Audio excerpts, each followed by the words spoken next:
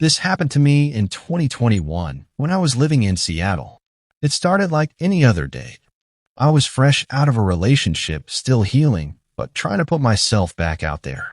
I had met Jason on a dating app, and from the moment we started texting, it felt easy.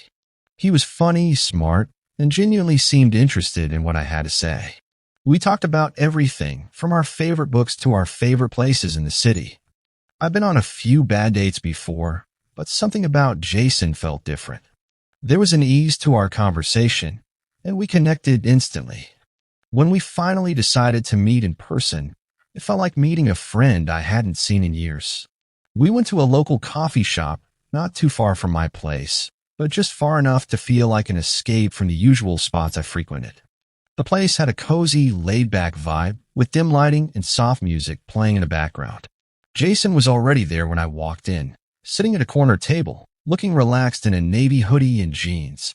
"Hey, you must be Leah," he said with a smile as I approached. His voice was warm, and he stood up to hug me, a brief but polite gesture. I liked that. I sat down, and we quickly dove into conversation. We talked about life, travel, and all the usual first date stuff. But then, as we were talking about favorite coffee orders, he dropped something that immediately made me freeze. "You know, I bet you're a caramel macchiato kind of girl," Jason said, a grin tugging at his lips as he took a sip of his coffee. I laughed, thinking it was just a lucky guess. "You got me. How did you know?" He shrugged nonchalantly. "I don't know. Just seems like your style." I didn't think much of it at first. Maybe it was just a coincidence. But then, as the date wore on, more little details began to surface. Things I never told him. Things no one would have known unless they had been watching me. "You have a dog, right?" Jason asked casually, taking a bite of his pastry. "Yeah, her name's Daisy," I said, raising an eyebrow. "How did you?" "I thought so," he interrupted with a small chuckle. "I bet she's a little terror in the mornings, always jumping on the bed to wake you up." "That must be adorable." I froze. My mind raced. How the hell did he know that? "No one's ever mentioned that before," I replied, trying to keep my voice steady. How did you know she wakes me up?" Jason looked at me with those calm, piercing eyes and just shrugged. "Lucky guess." I started feeling uneasy, but I didn't want to be rude. I convinced myself it was all innocent, that maybe it was just coincidence. After all, people pick up on small details all the time, right? But then, just as the conversation started to return to normal, he mentioned something else that made my stomach drop. "That scar on your ankle, though," he said, leaning back in his chair. "I bet it still bothers you sometimes, doesn't it?" I nearly choked on my drink. "Excuse me?" He smiled, like this was no big deal. "You were walking on some rocks at the beach, right? You slipped, and you cut yourself. Left a scar." I didn't even know how to respond. My scar was something I only ever told close friend about. No one else knew that detail. Hell, I hadn't even shared it with my mom. I never told you that," I said, my voice shaking. "How do you know that?" Jason didn't seem fazed. He looked at me, still smiling, like everything was perfectly normal. "You'd be surprised what I know." I wanted to ask him more, but I couldn't. I felt like I was on the verge of losing control of the conversation, like there was something off about this whole situation. It wasn't just the things he knew about me. It was the way he said them, so casually. Like he'd been there, watching me all along. I decided to change the subject, but my mind was racing. Who the hell was this guy? When the date ended, he walked me to my car. I couldn't shake the feeling that I was being watched. He hugged me goodbye, his touch lingering just a little too long. As I drove home, I kept replaying the conversation in my mind, each detail adding to the growing sense of dread. That night, I didn't sleep much. I kept thinking about Jason's words, his strange knowledge of things I had never told anyone. It didn't make sense. How could he know so much? The next day, I went to the grocery store. When I walked into the parking lot, I froze. Jason was there. He was standing near the entrance, leaning casually against a light pole, like he was just waiting for me. His smile was still there, that same knowing, calm smile. My heart skipped a beat. My mind raced, trying to make sense of it. What the hell was going on? I turned quickly and rushed inside, avoiding him as best as I could. I didn't even get what I came for. I left the store and headed straight home, my pulse racing. I sat in my car for a while, trying to steady my breathing, trying to convince myself I was just paranoid. But deep down, I knew I wasn't. I decided to text my ex, Derek. He'd been obsessively controlling when we were together, and he had always been the type to stalk me, check my social media, even ask friends about my whereabouts. I hadn't talked to him in months, but I needed answers. Hey, Derek. Do you know a guy named Jason? About 6 feet tall, brown hair, kind of quiet. I stared at the screen, waiting for his response. It took a few minutes, but when it came, it was chilling. Jason? Yeah, I hired him.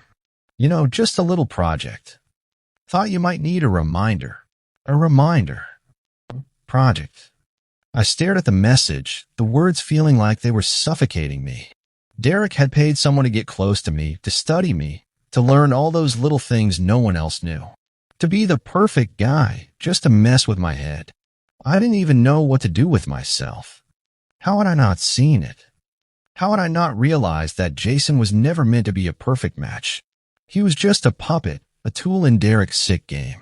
I blocked Jason on every platform, but every now and then, I'll still see him in random places, just standing there, watching from a distance. Was I just paranoid, or had Derek really gone this far just to torment me? When I moved into my new place last year, I was looking for peace. It was a small apartment in a quiet part of the city, a bit outdated, but cheap and cozy. Just what I needed after a bad breakup, and an even worse year. I was alone, but I liked it that way. Or at least, I thought I did. The weirdest part, it didn't feel empty. At first, it was small things, stuff I could explain.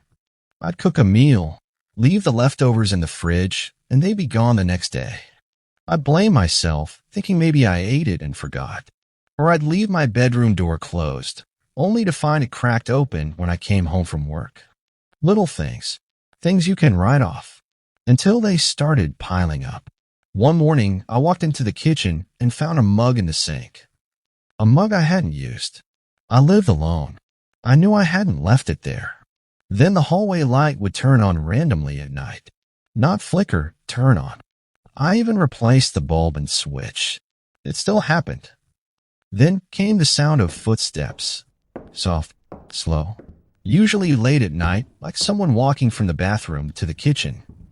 I live in a studio. There's no hallway to walk. I started to think maybe I was just paranoid. I got through a rough breakup a few months earlier. My ex, her name's Claire, she didn't take it well. We'd been together for 3 years, lived together most of that time. But things got toxic. She became possessive, obsessed with tracking everything I did. Breaking it off wasn't easy. There were tears, threats, begging, the whole cycle. But after she moved out, she stopped calling. At least I thought she had. So when all this weird stuff started happening, I didn't even think of her. Not once. I thought maybe the place was haunted. Or maybe I was just losing it. One night, though, things got worse. I came home late from work, around midnight. As I unlocked the door, I heard something inside. Not just movement, but a humming. Soft, low humming, coming from my bedroom. I stood there frozen, key still in the lock. Then silence. I swung the door open. Nothing. The lights were off. The room was empty. But the window, cracked open. I never opened that window. It faced a back alley with a rusty fire escape. I locked it again, but that night I barely slept. That week, I installed a small camera in my kitchen, just to catch whatever or whoever was messing with my stuff. I didn't even check it for a few days, until one morning I found the fridge open. Not just open, swung wide open like someone had rifled through it. That was my breaking point. I opened the footage. At 2:13 a.m., I saw movement. From the corner of the screen, a figure crept out of the coat closet near the door. They moved slowly, barefoot, in the dark, like they knew where everything was, like they'd done it before. They walked into the kitchen, opened the fridge, and stared inside for nearly a full minute before grabbing something.